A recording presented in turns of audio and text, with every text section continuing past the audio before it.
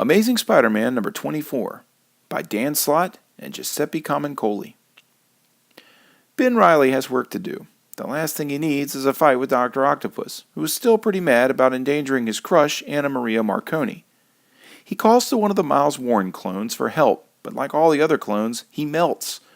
Throughout the incubator, the admin, Jackal's apartment, everywhere, they all collapse until one doesn't. He realizes that he's the real Miles, and he's prepared to make the clone of Peter Parker himself pay for the abuse that he suffered. He dons his creepy green Jackal costume and plots his revenge. Back at the lab, Spider-Man sends out the audible signal through all of his webware devices that will stop the carrion disease from progressing to the world's population. From New York to Paris, every smart device equipped with Parker Industries software emits the sound. Otto lashes out at Ben's device and smashes it, punishing him for ever hurting Anna.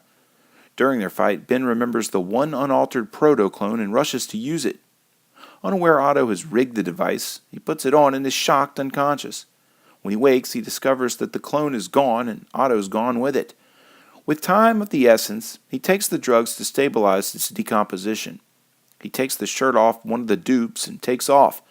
Leaping from the window, he finds a motorist passing by. Stealing his watch to stop the disease, he takes his car as well. Ben drives back to the replica he made of Pete's childhood home to gather money, IDs, passports, and everything else he'll need to make a getaway, and runs right into the new Jackal, Miles Warren. He sets fire to a pile of meds, documents, and everything else Reilly needed. Enraged, he attacks him. He asks why Miles made him in the first place just to torture him. Miles tells him that he gave him life and he just wasted it. Ben tells Miles that he wasted the tech on his obsession with Gwen Stacy and Peter Parker. He gets the upper hand on the Jackal, finally leaving him to die in the house, which is now engulfed in flames. Jackal yells that it isn't fair. Ben yells out that life isn't fair. He punches out the fireman on the lawn and makes a run for it.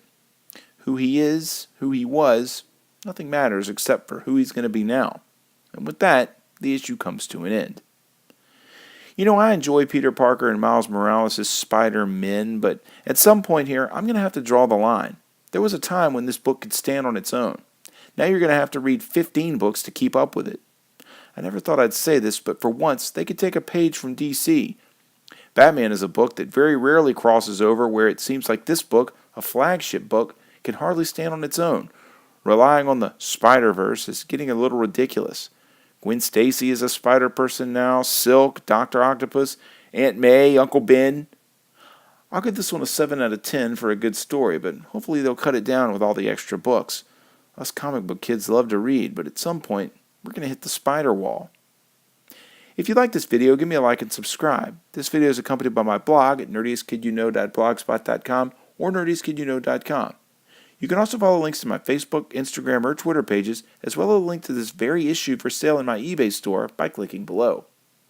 For the Nerdiest Kid You Know, I'm Sam Torito. Thanks for watching.